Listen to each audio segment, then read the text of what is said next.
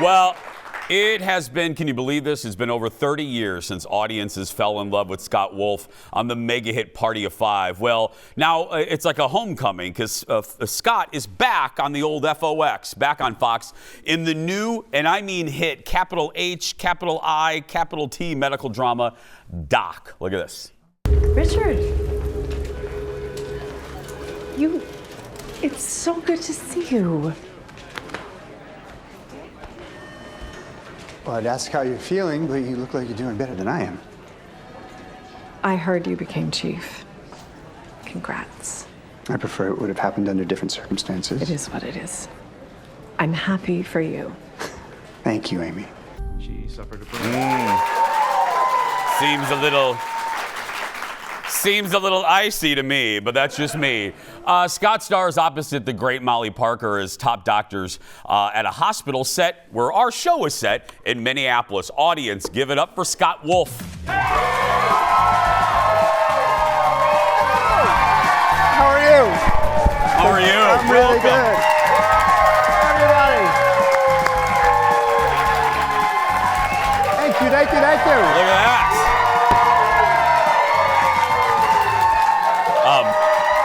That's the sweetest. I'm coming every day. Come every day. I'm coming every day. Our audience coordinator, Erin, she's very shy. She keeps screaming, "It's Scott Wolf Day!" That's the sweetest. How you doing? I'm well. How are you? Good. Welcome back to Fox. Yeah, I know. Is that now? Look, I know. I'm a TV nerd, so what is that like? Because that's where your home was. Party of Five was there, and you did all the you do promotional stuff for Fox, and you're a Fox property, and then now you know what I mean. What's it like full circle coming back to the network? Really incredible. I mean, it's wild that I've done a bunch of shows in between Party of Five and Doc, but this is my first time back at Fox. I have I mean, it's in my DNA. It's how I started my career, in that Letterman's jacket that Bailey never took off. I mean, I have the greatest memories about Party of Five. Being part of Fox, the network was incredibly supportive. We were a show, we went on to do really well. We did 6 seasons, but people forget that we were endangered in the beginning, right? Yeah. So we were, every week, the numbers were at a point where they were like, we could get canceled at any time. And we loved telling these stories and playing these characters. And the idea that at any moment we could have the rug pulled out from under us was really scary. But the fact that Fox stood by us really let the show grow. Eventually, in our second season, wound up winning a Golden Globe for the show, which was incredible. I have so much love in my bones for Fox, and to be back on a show, not just a show, but another show that feels emotional and smart and engaging to an audience in a way that's so full is incredibly rewarding. Well, and thank you. The Fox won't have to have any patience with this. It must feel great to know out of the box, this damn thing is a hit. It's doing really well. It's doing really well. It's doing great. I mean, look, you make these shows and hope for the best. You just don't know. You don't know. I mean, what you do know, what I'm lucky enough to know with Doc and same with Party of Five, but very much with Doc, is that we're making something really good, something really special. It's a hospital show. There have been hospital shows since the dawn of the medium, and there's a reason for that. I think people, this touches all of our lives. It's a catalyst for so much drama. I mean, it's a facility that's, it's life and death all the time. And then on top of it, our writers, producers, and the creator of the show, it's based on a true story. And so it runs so deep emotionally that to see audiences grabbing onto it, similarly like that happened with Party of Five, where the hope is that people get so involved with these characters and the stories that you just kind of fall into your TV, and an hour later you're like, whoa, I was just in Minneapolis. With this team of incredible doctors, and really, really proud of the show, and super excited that audiences seem to be eating it up. And for people that missed it, the log line basically is, the tagline here, Molly's loses her memory for 8 years, or wipes out 8 years of her life. Gets in a terrible car accident, 8 years of her memory are gone. And then you kind of... kind of what? I don't know if you're nice. I don't. Are you nice? Are you a good guy? Me? Because you have Me? not you. Okay, I know yeah, you're yeah. a good guy. Yeah, I'm an okay guy. But your character. Let me ask you this. You have a secret. I do. Do you know? Does Scott Wolf? Have you met with the creator? Do you know what the secret is? I do. Yes. Ooh, it's scandalous. Well, so we're not spoiling No. much. We but don't spoil shows on this. Right, No. Right off the bat, Molly's character, Amy, makes an accusation. And she accuses me of making a potential mistake in a code environment where a patient, their life is on the line, things are happening quickly, and that if I gave this certain medication and caused this patient to die, she needs to know about it. I deny it. She says, if I find out, it's the end of you. And then she gets in this accident and loses 8 years of her memory. So that incident and accusation is ostensibly gone. Gone. As long as she's gone. But it could come back in season 6. You know, I mean, what's really incredible is it could come back at any moment. Yeah. And so that scene, that clip that you showed, is the first time he has seen her after her accident. And so what's layered underneath there is she just going to see my face and have everything come rushing back? Are you going to be the catalyst for the flood? For the flood. Yeah. And so in a way, she is this, for Richard's sake, my character, kind of a ticking time bomb, that the minute she regains herself fully, that could be the end of me. Now, I also am a very, very good, otherwise excellent person, excellent physician. So what's fun is... Sure, Scott. I swear, I love the guy. Everyone else isn't sure at all. But people are saying, like, I can't tell whether I should like you or hate you, and I love that. Yeah. But I love that. Yeah. But personally, we like Scott so much, he's here for the rest of the hour. We'll be Yay. right back. Back in a moment. Thank you so much for being here. Thank you. Welcome back, everybody. Scott Wolf's with us for the hour. Is there something... We were saying how you never know. I mean, you can see the written word, you can see the script, but do you know, is there something like when you're at home and you're reading it, and there's Kelly. Hi, Kelly. I love your wife, by the way. Yeah.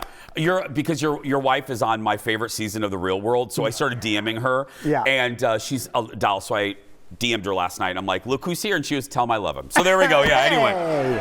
But when you're sitting there with your family and you're reading the script, do you have a little spidey sense? Do you read it and you go, there's something different in this? You do. I feel like, yes, there's something about certain material that just does elevate and rise above. And, you know, you read a lot of things, and in this case, yes, there's something incredibly special about the material. You also feel like from the first time I read it, I felt like I knew all of these people, which is very hard to do in a pilot. In a pilot. Yeah. And so the relationships and the characters and their complexities somehow were so sort of clear. But then there's so many steps and layers between, you know, that moment and a show getting on the air and in front of an audience. I'm so glad you said that, because don't you think a great pilot, whether it's Cheers or Friends or what, if it's written well, you basically know all of the characters in that first script. You know that Monica in Friends is neurotic through a scene or two. And this show is kind of like that. You kind of get a sense of who everybody kind of is. No question. And you know, as we move through this season and as we'll move through the series, things will keep on surprising you, you know, and this is, you know, in particular with Dr. Richard Miller, who I'm playing, the fact that he is questionable, the fact that you can't tell. That's a polite way of putting it, Scott. Questionable. that he's maybe good, maybe bad, he's maybe nice, he's maybe not. And just when you think you know who he is and how you feel about what he's doing, this show is going to throw a curveball at you and reveal more information about him and challenge everything that you think. And that's true of every character in the piece. So while it starts out, yes, these are like clear human beings, not TV characters. Yeah. But I feel like I know these Flushed people. out, rounded. And then you, as an audience member, can kind of fly into the environment and go like, oh, I would kind of be that person. Or, challenge yourself to go, how do I feel about what they're doing and what would I do in that situation? And the best shows and the best stories, I think, engage an audience that way, and you just feel immersed in it. And that's definitely how I felt from the very first time I read this. But then once we got into production and you see who's cast as all these people, and the stories start to develop and new scripts start coming in.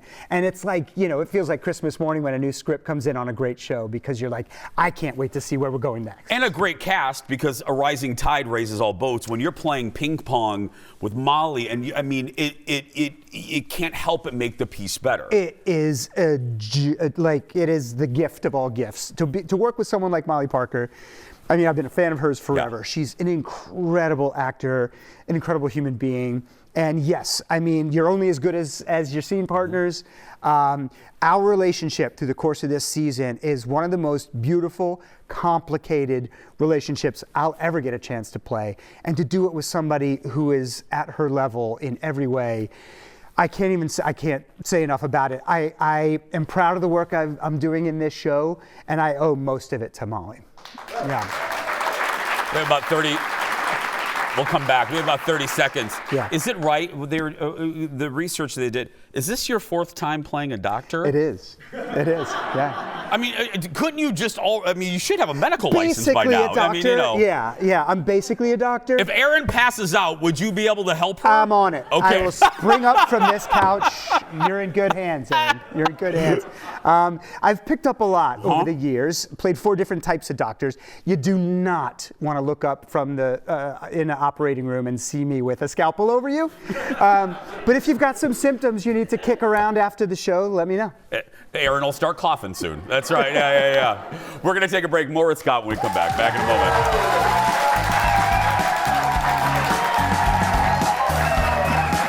4.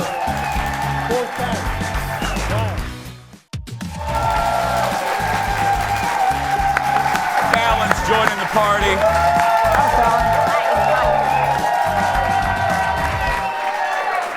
Fallon's out here. We should tell you, for an upcoming episode, we're thrilled that Scott's nice enough. He's going to be taking Fallon's seat in the automobile, because we're shooting a fast food field trip with Scott after the show today. And Fallon, you gave him some warnings already. I said prepare, because Jeff and Jason bicker like the old guys in the theater on the Muppets. So just prepare yourself. I did offer to sit in the trunk and pop out to scare you, and they said no. So yeah. Yeah, I said I don't know whether to say sorry for stealing your seat or you're welcome. You're welcome. Yeah. You're welcome. Yeah. You're welcome. You're welcome. Let's take a look. I mentioned her a little bit ago. Let's look at your beautiful family. We have a shot here of Kelly and the whole family. Oh, just Kelly, yeah. Oh, that is my way, way, way better half. Oh, how did you guys meet, Scott? So we met on kind of a blind date. Did you? Yeah. So a mutual friend, there was a charity that we both were involved in, and a mutual friend set us up, and we were both living in New York City at the time. And yeah, I went to this restaurant. I had invited her. She was almost an hour late, Jason. And you waited? I waited. You waited? I waited. would have pieced out. Well, there was a big conversation at the bar with other people that I was sitting with, and I was like, so I'm on a blind date. She's 35, 40 minutes late. What's the cutoff? Yeah. And the consensus became an hour. Oh, that's really generous. So she had 20 more minutes, and 10 minutes went by. At 4 minutes before the cutoff where I was going to leave, she showed up. And thank God, she's the best thing that will ever happen to me. Her and our kids. Yeah. So I'm so glad I didn't leave. Yeah. So yeah, stick around on your blind date. Fallon would have been out at like the 15-minute mark. I would have already ordered, eaten, and left because I look at the menu before I go. So I would have been like, it's not happening. What did she have a good excuse for being late? Yeah, I mean, so she was new to New York, and what's funny is, so she lived in the financial district, couldn't get a cab. She was trying to, it was like 5 o'clock just when work's letting out for everyone. So a limousine pulled up out front, and door opens, and like 6 guys get out, and then she gets out. And I was like, what is happening over there? And so it turned out that she couldn't get a cab. And so there was a group of guys that were going to dinner, and they were like, do you need a ride somewhere? So she jumped in this limo with all these guys. way! Yes. And showed up at dinner. So she's resourceful as much as she's beautiful and smart. Did you, because I love celebrating her. She really is my favorite, and really is. She's just really out of. We're the same era, so I Yeah. grew up. We're the same age. Did you watch when she returned for the reunion? Did you watch The Real World? So I watched when she was originally on. Yeah. I wasn't like a appointment diehard, but I did. I've told this story. I saw the show and I saw her. And I was single and living in Los Angeles at the time. the and New I was Orleans like, season, everybody, if you Yeah. don't know, yeah. And she was just like the most gorgeous, just exuding such light. And I was like, where's this person in my world and in my life? And then a couple years later, I was lucky enough to be introduced to her. And yeah, 5 kids, three kids, our own party of 5. You added two kids, yeah. I did. How did I add 2 more kids? But 20 years married, and she's the best person I'll ever know. She's so great. Yeah, we'll end how we began. Leo put up a picture of Party of 5. When you see pictures from that era, because my God, that was just a mega hit, as we said at the beginning, what do you think of? What runs through your mind when you're looking at photos from that time? I'm grateful. I think more than anything, I'm grateful. I got a chance to start out on something that was so well done, so high level, gave all of us a chance to perform at our highest levels. And so when you're introduced to the world that way, it really makes a difference. Thankfully, I look at that kid in the varsity jacket. I don't have to look back and think, oh man, I wish I had appreciated it when I was doing it. I knew how lucky I was to have a gig like that, to play a character like that.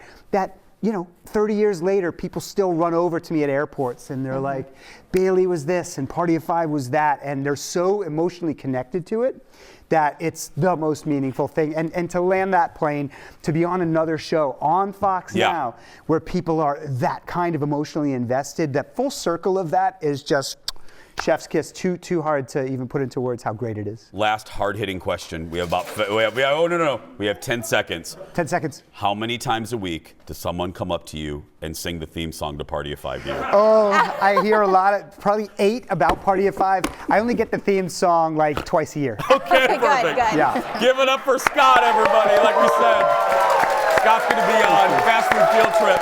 But also, watch Doc. New episodes air Tuesday nights on Fox. We'll be right back. Back in a moment. Thank you, my friend. Thank you.